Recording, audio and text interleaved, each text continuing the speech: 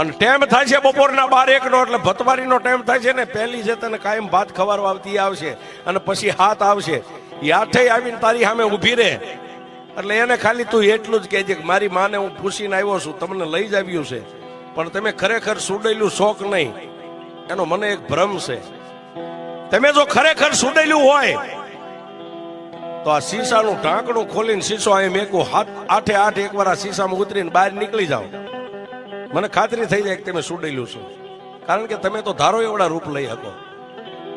એકવાર શીશામાં ઉતરીને બહાર નીકળી જાઓ એટલે તમને આઠે મારા ઘરની માલિપા લઈ જાય. સાહેબ બંડીમાંથી આમ ઢાંકણું શીશો કાઢીને ઢાંકણું ખોલીને મેક્યો, આઠે ખાડ દાંત કાઢી ટૂંકમાં વાત લઉં સાહેબ, વાત બહુ લાંબી છે.